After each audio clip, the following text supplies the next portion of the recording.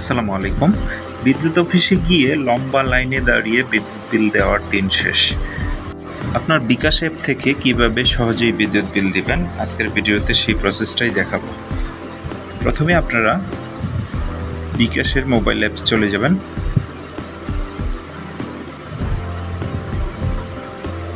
Password দিয়ে login করে নেবেন।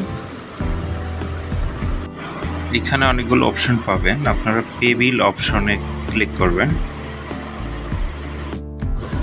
পে বিল অপশনে ক্লিক করলে এখানে অনেকগুলো অপশন পাবেন, বিদ্যুৎ, গ্যাস, পানি, ইন্টারনেট, টেলিফোন। যেহেতু আমরা বিদ্যুৎ বিল দিব তাই আমরা বিদ্যুৎ অপশনে ক্লিক করলাম।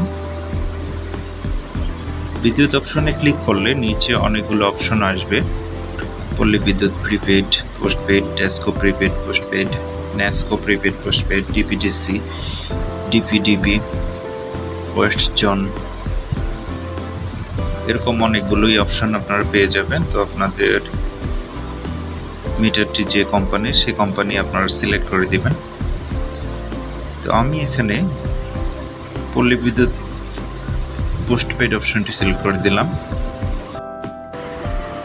তো আপনি যে মাসের বিল বকেয়া রয়েছে সেই মাসটি সিলেক্ট করে নেবেন। আমি এখানে মাসের নাম সিলেক্ট করে নিলাম। তারপর দেখতে পাচ্ছেন SMS অ্যাকাউন্ট নম্বর দিন। এখানে আপনারা আপনাদের যে বিদ্যুৎ বিলের কপিটি রয়েছে সেখান থেকে আপনারা আপনাদের গ্রাহক হিসাব নং যেই নাম্বারটি রয়েছে সেই হিসাব নাম্বারটি আপনারা বিলের কপি দেখে সেমভাবে টাইপ করে লিখে দেবেন। আমি হিসাব নামটি দিয়ে দিলাম। তারপর পে বিল করতে এগিয়ে যান অপশনে ক্লিক করবেন।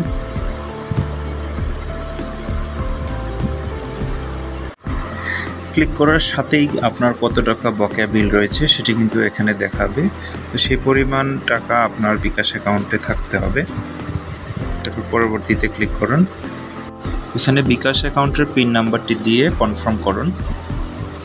তারপর পে বিল করতে ট্যাপ করে ধরে রাখবেন।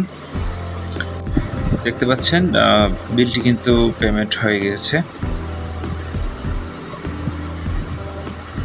তারপর ডিজিটাল রিসিটের জন্য আপনারা পরবর্তী অপশনে ক্লিক করবেন।